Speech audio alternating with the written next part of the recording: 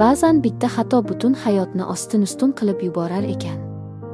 O'sha kuni uzumzor ichida biz shunchaki baxtli edik. Lekin ammamning o'g'li Jahongir bizni ko'rib qolganda taqdirim qora rangga bo'yalishini bilmagandim. Uning asrini saqlayman, lekin evaziga u degan sharti meni do'zaxga itardi. Ikki olov orasida qolganimda tanamda paydo bo'lgan o'sha kichkina jon, u kimdanligini bilmaslik azobi meni yeb bitirdi. Bu mening xiyonatim, mening jazoim va kutilmagan najotim haqida. Assalomu alaykum, Hikoyachi Mom kanalining aziz va sirdosh muxlislari. Bugungi hikoyamiz yoshlikdagi xatolar, majburiyat ostidagi tanlovlar va taqdirning kutilmagan burilishlari haqida. Agar siz ham inson qalbining eng chuqur sirlarini tinglashni istasangiz, videoga like bosing va kanalimizga obuna bo'ling. Biz boshladik. Yozning jazirama kunlari edi. Osmon musaffo, quyosh charaqlab turardi. Lekin mening hayotimda qora bulutlar paydo bo'lish arafasida edi. Men yigitimni sevardim. Bizning uchrashuvlarimiz sirli, ammo pokiza edi. Har doimgidek ammamning hovlisi ortidagi eski uzumzorga bordik. Bu joy tinch, odam oyog'i yetmaydigan pana joy edi. Uzum barglari orasidan tushayotgan quyosh nurlari ostida biz kelajagimiz haqida orzu qilardik, kulishardik. To'satdan orqamizdan sovuq va tanish ovoz eshitildi. Nima qilib o'tiribsizlar bu yerda? Yuragim to'xtab qolayozdi.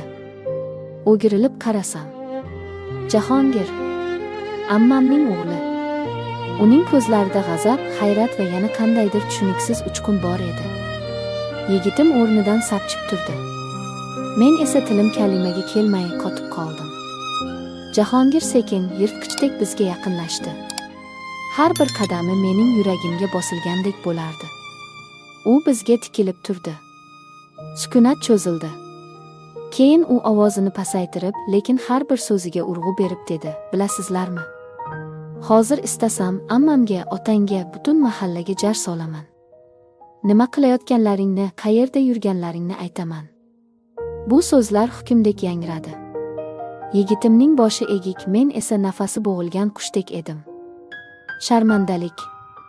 Bu qishloq joyda o'limdan ham og'ir edi. Jahongir mening qo'rquvimdan zavqlangandek bir qadam yaqinlashdi va kutilmaganda jilmaydi. Bu jilmayish sovuq va ayyorona edi. Lekin sizlarga rahmim kelyapti. Balki hech kimga aytmasman. Agar men aytganimni qilsang. Men hayron bo'lib so'radim, nima demoqchisan? U ko'zlarimga tikilib past ovozda shivirladi: "Mening oilam bor, to'g'ri. Lekin sen menga ko'proq yoqib qolding. Yigiting esa mayli, u turaversin. Agar xohlasang, bu sir oramizda qoladi. Ammo rad qilsang, ertaga ertalab hamma biladi." Dahshat. Bu ochiqchasiga shantaj edi. U meni qo'rqitib o'z maqsadiga yetmoqchi edi. Men yigitimga qaradim. U chorasiz edi. Jahongir esa g'alabasiga amin bo'lib mag'rur turardi. Ichimda g'azab, nafrat va qo'rquv aralashib ketdi. Lekin sharmandalikdan qo'rquv ustun keldi. Men sekin boshimni egdim. Bu mening roziligim, mening mag'lubiyatim edi. Jahongir yelkamga qo'lini qo'ydi. Uning qo'li og'ir va yoqimsiz edi. "Ajoyib qaror", dedi u. "Afsuslanmaysan. O'sha kundan boshlab hayotim do'zaxga aylandi. U kechalari menga yozadigan, yashirin uchrashuvlar belgilaydigan bo'ldi. Boshida men o'zimni iflos, xiyonatkor his qilardim. Har safar uning yoniga borish men uchun o'limdek edi. Lekin inson tabiati qiziq ekan. Vaqt o'tgan sari uning yashirin ehtirosi, taqiqlangan munosabatning xavfli sehri meni o'z domiga torta boshladi. Jahongir bilan o'tgan tunlar, ular ham hayajonli, ham og'riqli edi. Men ikki xil hayot yashay boshladim. Kunduzi yigitim bilan pokiza muhabbat, tunda esa Jahongir bilan yashirin, gunohli ehtiros. Yigitim hech narsani sezmasdi yoki sezsa ham aytmasdi. Lekin uning ko'zlarida savol bor edi: hammasi joyidami?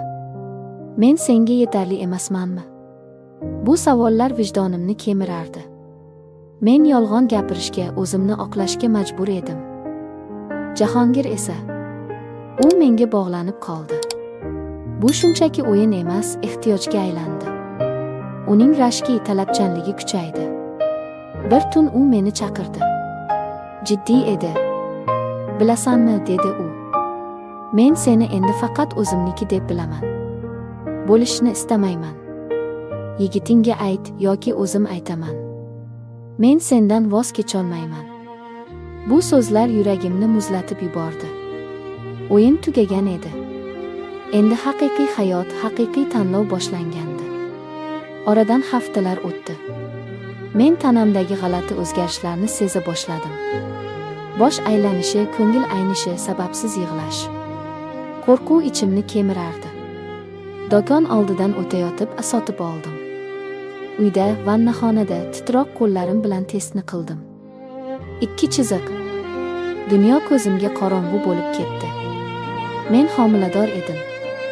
Lekin kimdan? Yigitim bilan ham, Jahongir bilan ham bir vaqtda munosabatda edim. Hisoblab ko'rdim. Muddatlar chalkashib ketgandi. Bu bola. U mening gunohim mevasi edi. Jahongir bilan ko'rishdim. U yuzimga qarab darrov tushundi. Ko'zlaring boshqacha. Nima bo'ldi, so'radi u. Men yig'lab yubordim. Men homiladorman.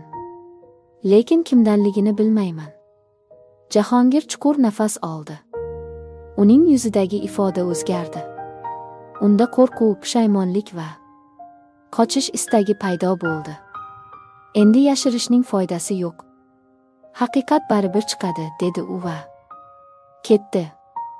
2 kun o'tib u yana chaqirdi. Men tayyor emasman, dedi u ko'zlarini olib qochib. Bu o'yin edi. Endi esa bu hayot. Men bu yukni ko'tara olmayman. Oilam bor. U meni tashlab ketdi.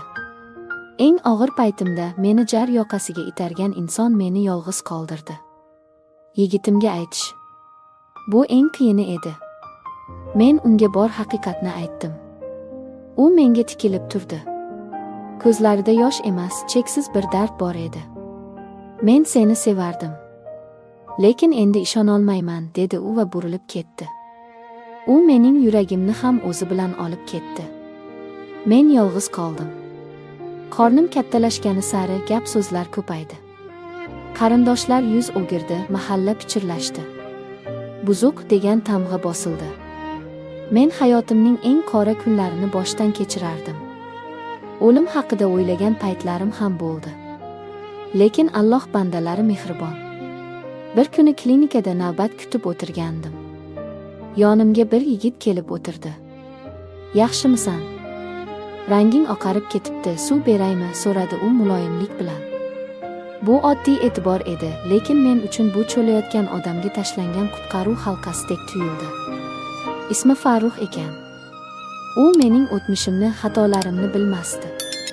U men bilan shunchaki inson sifatida gaplashdi. Uning ko'zlarida hukm yo'q edi, faqat tushunish va iliqlik bor edi. Biz tez-tez ko'rishadigan bo'ldik. U meni tinglardi, dardimni olardi. Men unga sekinasta hamma narsani aytib berdim. Hatto homiladorligimni, uning otasi noma'lumligini ham.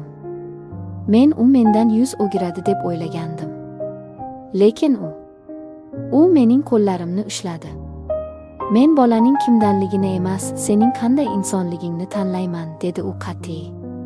O'tmish o'tmishda qoldi. Agar rozi bo'lsang, men senga va bolangga g'amxo'rlik qilaman. Seni o'z halolim deb bilaman.